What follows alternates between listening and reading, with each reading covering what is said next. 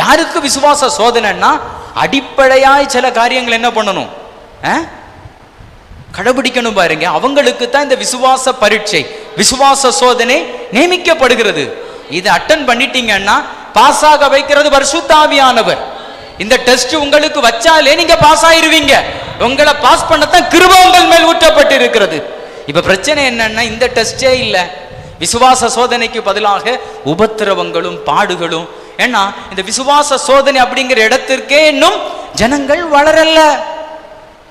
நான் நம்புறேன் உங்களுக்கெல்லாம் இருப்பது உபத்திரவங்கள் அல்ல, விசுவாச சோதனைகள். இதை நீங்க ஜெயித்திருவீங்க. உங்களுக்குள் இருக்கிற தேவன் உங்களை ஜெயிக்க வைப்பார், முற்றிலும் ஜெயம் எடுக்க வைப்பார்.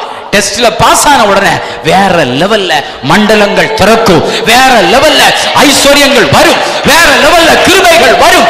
உங்க வீடு தேவ மகிமையால் நிரம்பும், ஆஸ்திகள் பெருகும், ஆசீர்வாதங்கள் பெருகும், நல்ல வாகனங்கள் தேடி வரும், நகை நட்டுகள் தேடி வரும், இழந்தவைகள் எல்லாம் திரும்ப வரும், முங்கி போனவைகள் மிதந்து வரும்.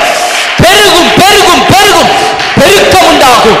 விசுவாச சோதனை முடியும் போது பெருக்கம் காத்து இருக்கிறது. இன்னைக்கு நீங்க ஒரு ஃபெய்த் டெஸ்ட்ல இருக்கிறீங்க, உங்க விசுவாசம் டெஸ்ட் பண்ணப்படுறது. இதுல நீங்க ஜெயித்துட்டீங்கன்னா, ஆவியானவரை செயல்பட இடம் கொடுத்துட்டீங்கன்னா நீங்க ஜெயித்துருவீங்க. நீங்களாவது என்ன பண்ண முடியாது, விசுவாச பரீட்சையில் ஜெயிக்க முடியாது. ஆவியானவர் ஜெயம் எடுக்கிற தேவன். சத்துரு வெள்ளம் போல அழிப்பதற்கு அவன் மோதி வரும்போது ஆவியானவர் உள்ளுக்குள் இருக்கிறவர் அவனுக்கு விரோதமாக வெற்றி கொடியேற்றுகிற தேவனாய் இருக்கிறார். ஆவியானவர் தான் விசுவாச சோதனையில் ஜெயம் எடுக்க வைக்கிறவர்.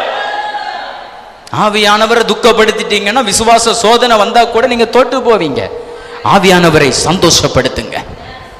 என்ன பண்ணுங்க, ஆவியானவரை சந்தோஷப்படுத்துங்க. அதுக்கு இருந்து யோசிங்க, யோசிங்க என்ன பண்ண ஆவியானவரை சந்தோஷப்படுத்த முடியும். அவர் தான் விசுவாச பரீட்சையில் ஜெயம் எடுக்க வைக்கிறவர்.